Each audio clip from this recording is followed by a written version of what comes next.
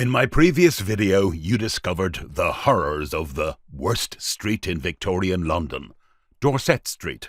Not only were its inhabitants poverty-stricken, but it was also the home of criminals and prostitutes. If this wasn't notoriety enough, in what was a dark and seedy East End slum, then its infamy was sealed in history for its association with Jack the Ripper and the slaying of Mary Jane Kelly in 1888.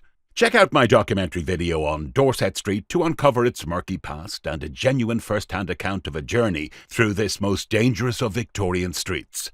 In this video, you will hear how a young man fell on hard times and so came to live in Dorset Street, where bad influences and a life of crime awaited. This man, Charles Stuart, tells his unfortunate story in his own words, as an appeal in court, in the hope that the judge will be moved to compassion and therefore leniency when sentencing. Watch to the end of the video to discover his sentence, and let me know in the comment section if you think the punishment fitted his crime. Would you have accepted his pleadings for clemency, given the tough life he was born into? To what extent do you think his life and crimes were the result of his upbringing in the worst street in London, or the personal choices he made? Before we move on, please consider clicking the subscribe button for more content like this. If you find this video interesting, I would really appreciate it if you could give it a thumbs up and share it widely with friends and family. You can also support the channel and get access to exclusive perks by becoming a channel member. Check out the Join button and description for more. A pathetic written appeal was handed to Mr. Loveland at Clerkenwell Sessions lately by Charles Stuart, aged 21 years, who pleaded guilty to picking pockets and assaulting the police at an East End fire. The document read as follows. My lord, I shall be very grateful to your lordship if you would kindly spare me a few moments of your valuable time to glance your eyes over this poor bit of pleading of mine. At the tender age of 6, my mother and father, who could never agree together, mutually came to the conclusion that it would be better to part. My father went, taking me with him, to a lodging house in Dorset Street, Spitalfields, a street described by Mr. Mackenzie in an article which appeared in the Daily Mail a few weeks back as the worst street in London, being the resort of thieves, murderers and burglars, where the criminals of tomorrow are trained today, where children, 6 and 8 years of age, gamble in the gutters, and where babies in arms learn to sip gin from the mother's breasts. Such was the street, my lord, in which I was fated to pass my childhood days, among all the evil and corruption of that unholy neighbourhood, where neither the fear of God nor the law is felt.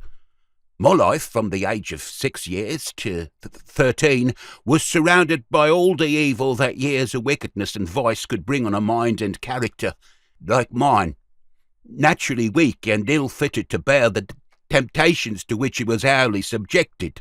At the age of 13, I was sent to the training ship Shaftesbury, where I spent 3 of the happiest years of my life.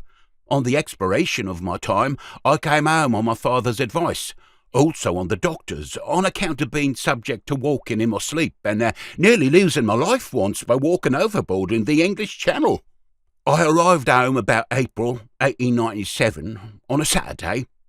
My parents and my 2 sisters were just sitting down at tea, and everything seemed to speak of peace and happiness. But how deceiving our appearances at times.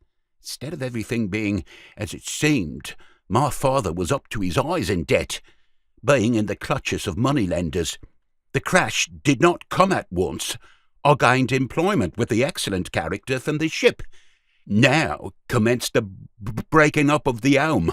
My father went back to Dorset Street to live. I went along with him, and my mother and sisters took a little room and furnished it with what bits of things the creditors had left them.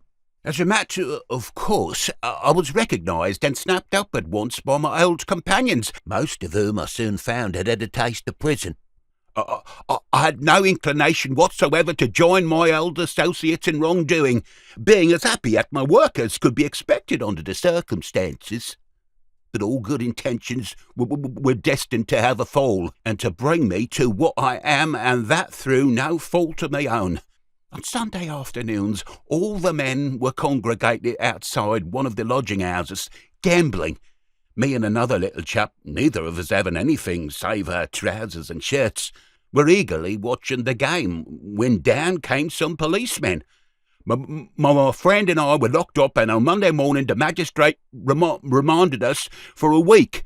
So I lost my employment, and being flattered by my elders about having been in stir, as they call prison, I began to lose my head, and thought what a grand thing it was to do as you like, to have no master and get money without working for it. Although I have 3 previous convictions, I have never made a practice of stealing for a living. It's only when out of work that I strayed. And my sins have found me out. If, my Lord, you only faintly knew the life of temptation, misery, and wretchedness I have passed through since I was 6, having no home to go to, no kind mother at hand to speak loving and gentle words to me, and so by her winning looks and pleading voice counteract the evil which we all have, some in less degree than others. When I had finished work for the night, there was no bright fire and kindly looks to draw my mind from evil ways, but on the contrary, a dirty lodging-house kitchen, old men and women smoking dirty black pipes, with its usual accompaniment, the curse of humanity, drink, and their language more foul than their pipes. I've made a resolution, my lord, never to return to a dishonest life, and I should take it as a great kindness if your lordship would put me under police supervision for a few years, which I am sure would deter me from breaking my resolutions. Yours, signed, Charles Stuart, alias Richard Davidson. The prisoner was sentenced to 18 months hard labour and 2 years police supervision.